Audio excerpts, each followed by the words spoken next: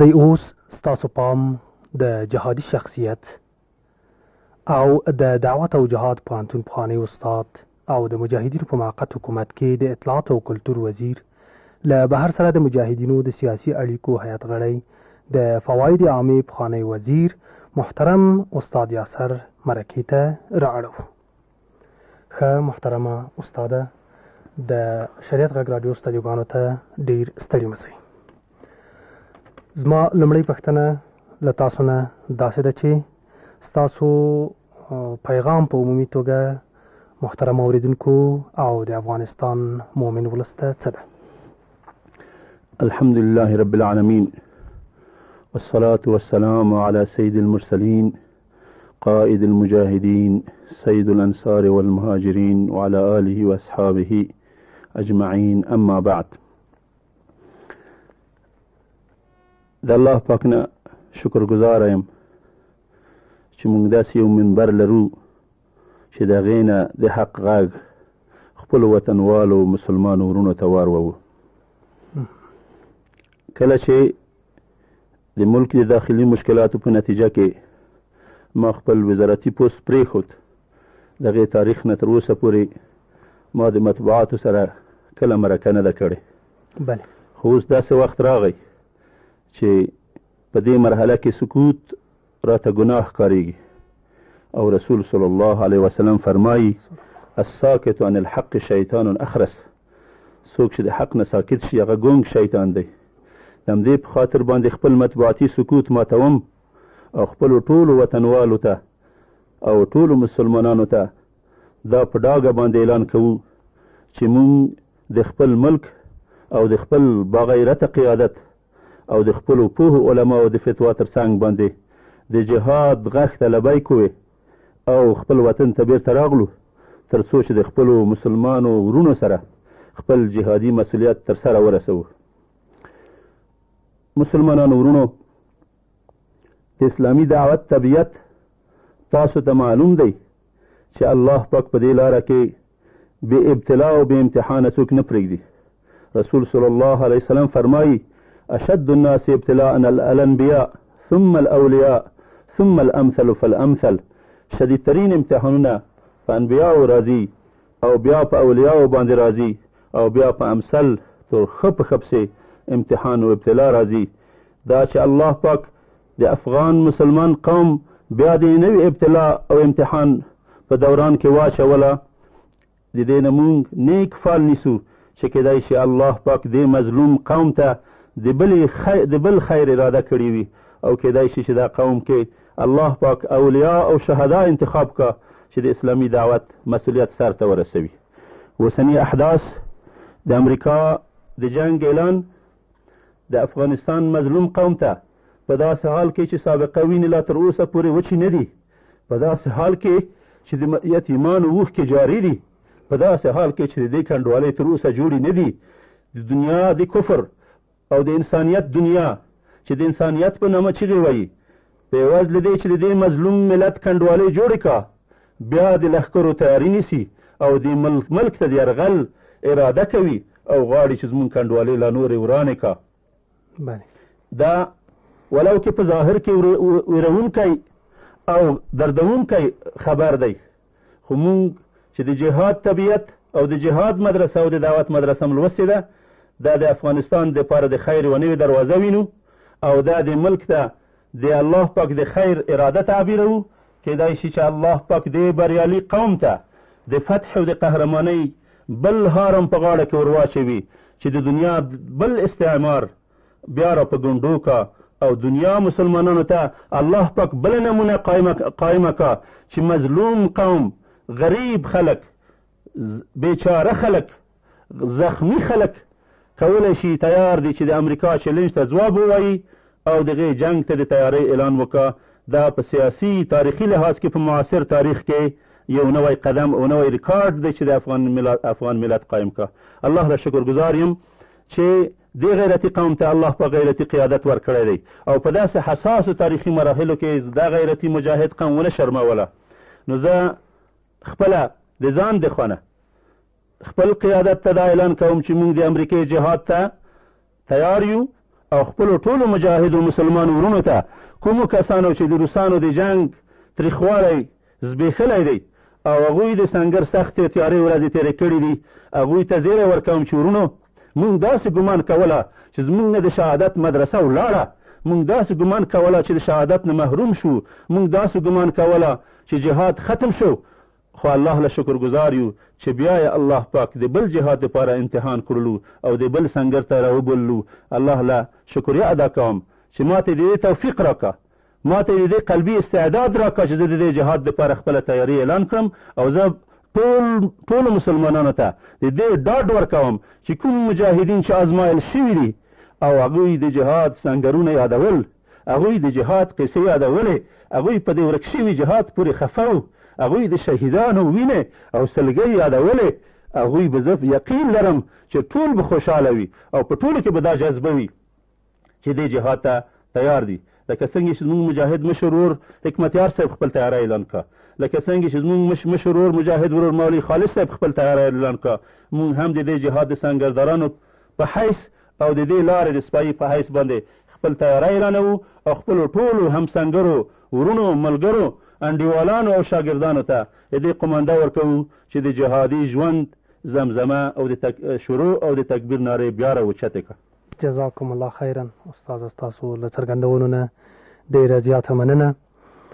زما پوښتنه له تاسو نه بله داسې مطرح کېږي چې آیا محترم استاده تاسو د یو مجاهد شخصیت په توګه د امریکا د جمهور رئیس د دغه اعلان په هکله چې ویلي دي راتلونکې جګړې به صلیبي جګړې وي، څه نظر لرئ او د نړۍ مسلمانان په دې هکله باید څه وکړي؟ که په دې هکله څه نظریات وړاندې کړي؟ رسول الله وایي صدقه وهو کذوب،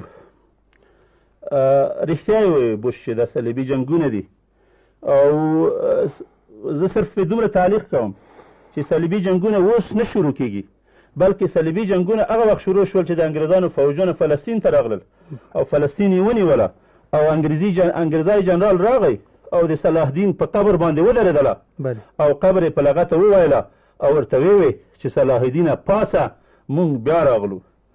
صلیبي جنګونه د هغې تاریخ نه شروع شوي وو، صلیبي جنګونه د هغه وخت نه شروع شول چې د بیت المقدس د اقصا په منارو په ګنبزو باندې د اور لمبې جګې شوې په 80 کال کې.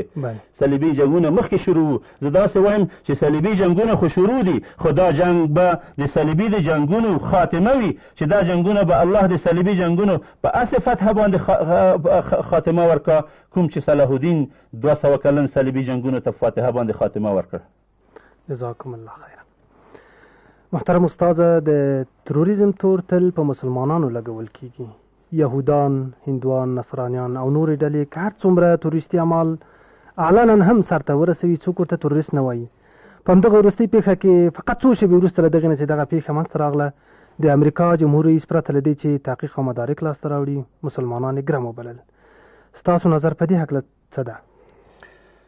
دوی د دې په خاطر د تروریزم لفظ او د بنیادګرۍ لفظ انتخابوي تر څو چې خلکو ته دا وروښیي چې د جهاد او د تروریزم فرق دی او خلکو ته دا د جهاد اغفال وکړه چې دا جهاد نه دی او دا د اسلام جنگ نه دی او بل شی ورته ووایي. د همدې په خاطر دیندارۍ ته دوی بنیادګري وایي تر څو چې یو ته د مسلمانان فکر وکړه چې موږ دینداره نه یو خو دا د بنیادګر نه یو. دا د خلکو د غولولو دپاره دا الفاظ استعمالوي او حالانکه چې دوی ځان ته هر شی جایز بولي، دوی ځان ته هر شی جایز بولي او د مسلمانانو دپاره هر شی ناروا بولي. دوی اتومي اسلحه ځان ته جایز بولي خو بل څوک چې اتومي اسلحه جوړوي بندیز پې لګوي. دوی ځان ته د ویتو حق قانوني بولي خو بل څوک چې د ملل متحد فیصله ردوي دا غیر قانوني بولي. امریکې ځان ته دا حق ورکړه چې د هیروشیما په خلکو باندې بم واچوي او په میلیونونو خلک ټپي کړه چې دغې اثرات تر اوسه پورې په دنیا کې په انسانیت کې مشهود دي. دا نه تروریزم وه، نه دهشتګردي وه، نه خلاف د قانون کار وه، نه خلاف د ملل متحد کار وه ځکه چې امریکې کړی وه. خو که په امریکا باندې ګزار لګي دغه جرم دی، که په امریکا باندې ګزار لګي دا جرم دی. زه داسې وایم چې که څوک غواړي چې په دې باره کې کم وخت د دې دپاره کافي نه دی کوم کتابونه چې د CIA د فعالیتونو په برخه کې لیکل شوي دي زه تاسو ته حواله په هغو کتابونو ورکوم ودې ګوري چې کوم جرایم چې CIA کړي دي له ترور نه، له قتل نه، له ډماکو نه، له مشکلات اچولو نه، له شیطنت اچولو نه، له جنګ شروع کولو نه، له فتنه انګیزۍ نه چې CIA کړي دي، دا ټول هېڅ شی نه دي، نه تروریزم دی نه جنجال.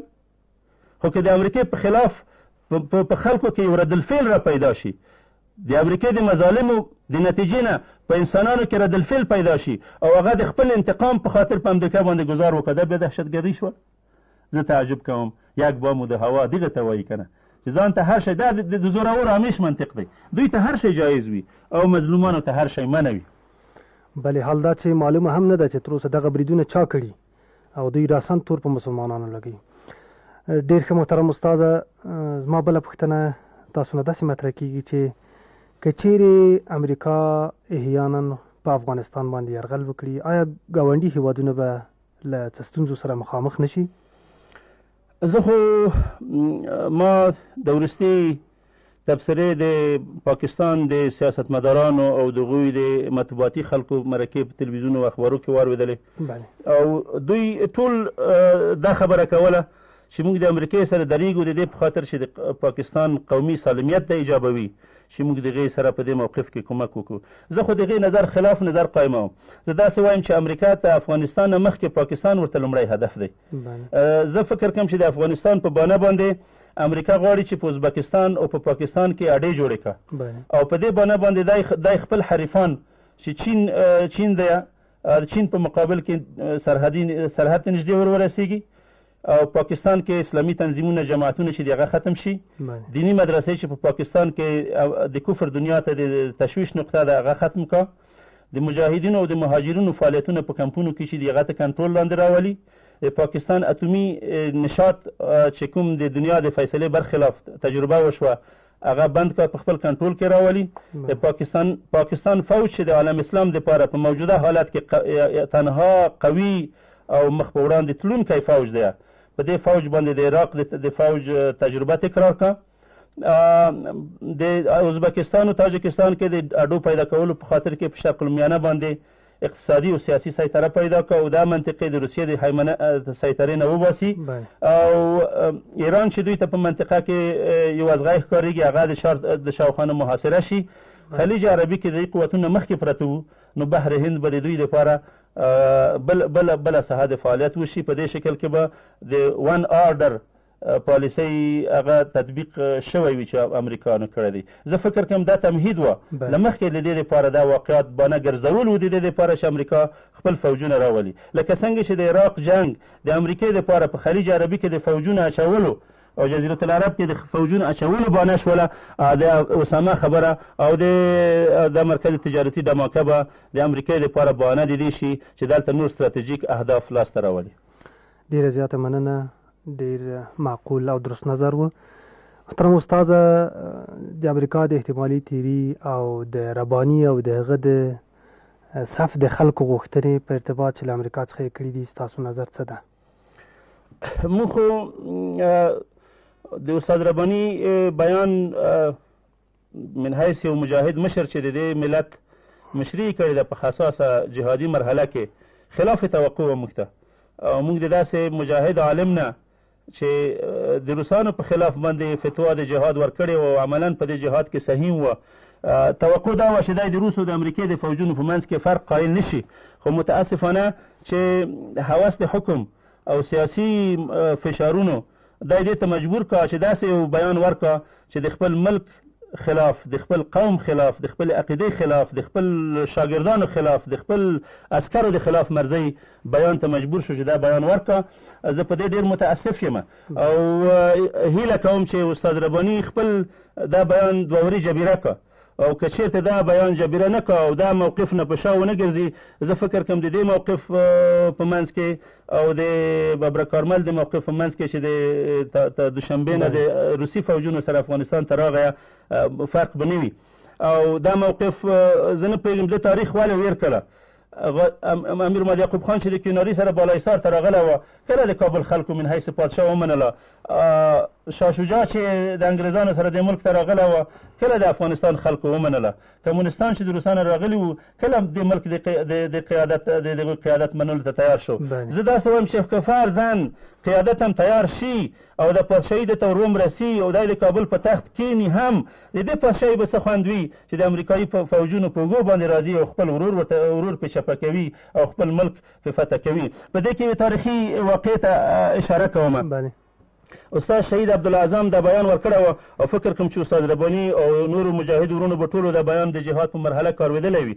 هغې د اندلس واقع ته اشاره وکړه چې په اندلس باندې فرانسویانو حمله وکړه او معتمد ابن عباد د اندلس یو پادشاه او امیر و. هغې د یوسف ابن تاشفین د شمال د افریقا د مرابطینو امیر و. د هغو نه کومک وغوښته. هغه د بربر قوم مشر و. نو هغوی ورته مشاورین ورته مشوره ورکړه چې ته چې دونه مشوره غواړې چې بربریان راشي نو موږ به بیا د هغو په کومک باندې دلته فرانسویان مات کړو. بیا د هغوی سیاسي حیمنه په موږ باندې نه لازمیږي. موږ د هغې ته تاثیر لاندې نه راځو. دا خو زموږ استقلال ته هغه ته پادشاهۍ ته تاوان کوي. نو معتمد ابن عباد هغې ته په ځواب کې په عربي لفظ کې ثبته دا جمله یې وویله. وی چې ان ارعى خنازیر الفرنج ان ارعى ابل البربر خیر من ان ارعى خنازیر الفرنج. و چې د بربرو د اوښانو شپونکی شم دا بهتره د نظر دی ته چې د فرانسویانو د خنزیرانو شپونکی وم. د دې مطلب دا دی چې که چېرې فرانسویان ما اسیر کړه نو زه په ما باندې به خنزیر پیایي. خو که چېرته زه د بربریانو سره اسیر شم نو زه به اوښان پیایم. نو که شپني هم وي د اوښانو شپني د خنزیرانو ته شپني نه ښه ده. زه داسې وایم چې د مسلمان مزدوري او د بهتره د نظر دی ته سړی د کافرو په مټو باندې سړی هلته په تخت باندې ناست وي. هغه پښتانه وایي هغه څه وایي پروت لطپت په سرو وینو کې ښه یم نه په د سرو زرو په کټ کې بې پته. هغه مطلب دی. استاد رباني په دې کې خپل ټول قومي عنعنات او اسلامي اهداف او خپل دعوتي خط سیر د دې موقف هغه کې لکمدار کړی. یعنې زه متاسف یم په دې باندې او ټولو مجاهدینو ورونو ته دا وایم چې دی امعه نه اوسي. داسې نه وي چې په باطل کې سړی د امیر نه اطاعت وکړه. په داسې حالاتو کې سړی ویني چې امیر په غلطه لاره درومي اول به ورته نصیحت کوي او که چېرته نصیحت یې نه منله بیا به خپله لاره ترې بېلوي. کوم مجاهدین چې هلته د استاد رباني تر شاوخوا دي هغوی ته زما مشوره دا ده چې ورته نیکه مشوره ورکړه چې په خپل پالیسي او موقف کې تجدید نظر وکړه او که چېرته تجدید نظر نه کوي اقلا دوی خو په باطل او په ناروا کې د انګریزانو په څنګ کې نه درېږي او په دې کې به دوی هغه د روسانو په خلاف جهاد هم پایمال کړی وي. جزاکم الله. د ما بله پوښتنه هم په دې ترڅ کې جواب څه چې ستاسو پیغام هغو مجاهدینو ته چې تر اوسه هم د مخالفینو په صف کې دي څه و تاسې ویلې چې هغوی دې باید له اسلامي امارت او له اسلامي ځواکونو سره یو ځای شي او د کفارو او د هغوی دوستي دې پرېږدي. ښه محترم استاده ځینې علاقات او په تېره بیا بهرني ځواکونه د ظاهرشاه د راوستلو خبرې کوي او ځینې محدود خلک هم بیا په دې هکله اوازې او ګنګوسې خپروي. ستاسو نظر په دې اړوند څه ده؟ زه خو د ظاهرخان د راتګ په هکله چې کله قانوني تلله د روم جلسې ته او اعلان یې کړه چې دی د ظاهرخان مجلس کې اشتراک کوي او هغه راځي او دوی ورسره ملګرتیا کوي. زه خپله منتظر وم چې د استاد سیاف بیان ورومه په دې هکله کې ځکه چې استاد سیاف د ظاهرخان په هکله کې دا فتوا ورکړې وه چې هغه کافر دی او موږ په مجالسو کې ورسره کله به په دې کې مناقشه کوله په شورا کې چې کافر نه دی او فاسق مسلمان و کافر نه و. ده به وایي چې نه کافر دی او په دې هکله کې کتاب هم نشر کړی دی.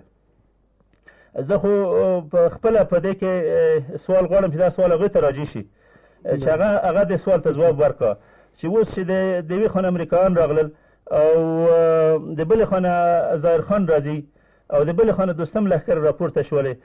د استاد صاحب غږ ته مجاهدین دغسې منتظر دي لکه څنګه چې د حکمتیار صاحب او د خالد صاحب غږ هم واورېدله. خو زه خپله داسې وایم چې اول ظاهرخان که عقل یې په ځای وي خو ظاهرخان باید دغسې موقف قبول نه کړه چې د امریکایي عسکرو په اوږو باندې دی خپل ملک ته من حیث پادشاه راشي.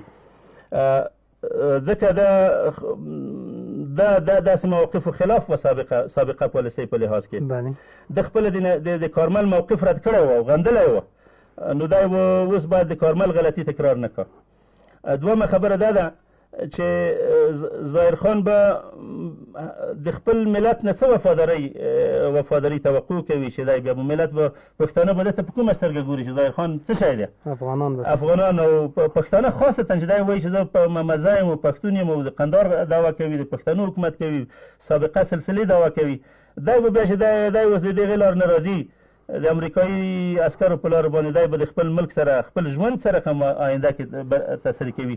یعنې که دې خلکو کې عقل وي خو دا باید قبوله نه کړه. خو زه فکر کوم چې هغه اوس یو کالبوت او مجسمه دی چې راوصل کېږي، هغه په غوږوم کوڼ دی او په سترګو باندې ضعیفه دی، ړوند دی، هغه به ول کېږي. روم جلسې ته هم چې کله دی حاضر شي، یو کس ته ښي لاس نیولی او بل ته چپ لاس باندې، یعنې په لار هم نشي تللی، خو به راوصل کېږي.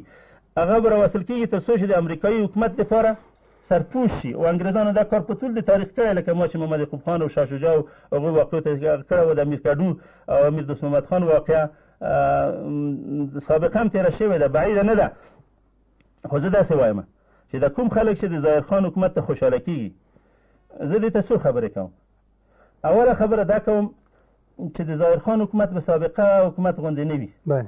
دا سر که د ظاهر خان تر لاندې حکومت جوړېږي، دلته په افغانستان کې دیموکراسي او ازادي نه قایمېږي. دا خلک د نه ورته خوشحاله کېږي. د ظاهر خان تر سیوره لاندې به په افغانستان کې د غربیانو د خانه د مصطفی کمال چې اتاتورک باندې مشهور کړی، د هغې نمونه حکومت جوړېږي. کوم چې لمونځ یې هم ختم کړه او اذان یې په ترکي ژبه باندې کړه، حجاب یې پرې منع. تر اوسه په ترکیه کې یوه مسلمانه ښځه دې حق نه لري چې مخ پټ کړه. نو دا به هسې یو د دیموکراسۍ حکومت نه جوړېږي. نو غربي ډوله افغانان دی په دې تمه خوشحاله نه شي چې په افغانستان کې به د امریکایانو د فوج د راتګ نه دیموکراسي قایمه شي او د دوی به د چارچو د مزو دپاره زمینه برابره شي. دویمه خبره دا ده چې دا ټول مجاهدین او طالبان، مسلمانان، علما چې 20 کاله په دې جهاد کې د دین دپاره قرباني ورکړه، دا به چېرته کېږي؟ دا به څه کېږي چې دا دوی راځي؟ دا به ټول په مځکه ننوځي؟ دا به ټول امریکا زغلوي؟ د ملک الموت د دوی په لاس کې دی چې دې خلک اروا بکړه. د دغه خلکو سره چې د دین په خاطر یې خپل مال او سر خرڅ کړی دی، دوی به څه رقم د خلکو سره د افغانستان په غرو کې شپې تېروي؟ هغه غربیان چې هلته د امریکا کې ګرد نشي تحمل کولی، دوی به زموږ د راکټ او د توپ ګردونه تحمل کړی شي. دا د ټول وار وي، دا د ټول وار وي چې ظاهر خان سره د خپلو لښکرو سره راشي، دوی به زموږ د لاسه په دې ملک کې خوشحاله شپې تېرې نه کړه، او بیا به دغه حالت چې دوی ښځې لوسې وګرځي او چادرګانې وغورځوي او بیا به مینوژوپونه واغوندي. نو دا ارمان د ګور ته یوسي. دا ملک اوس د زمریانو وطن دی، دا ملک اوس د مجاهدینو د غازیانو وطن دی، دا ملک کې د شهیدانو اولادونه ټول ځوانان شوي دي. که نور څوک نه وي، د شهیدانو اولادونه ټول زلمیان شوي دي، اوس قدرت لري چې د خپل پلار انتقام واخلي.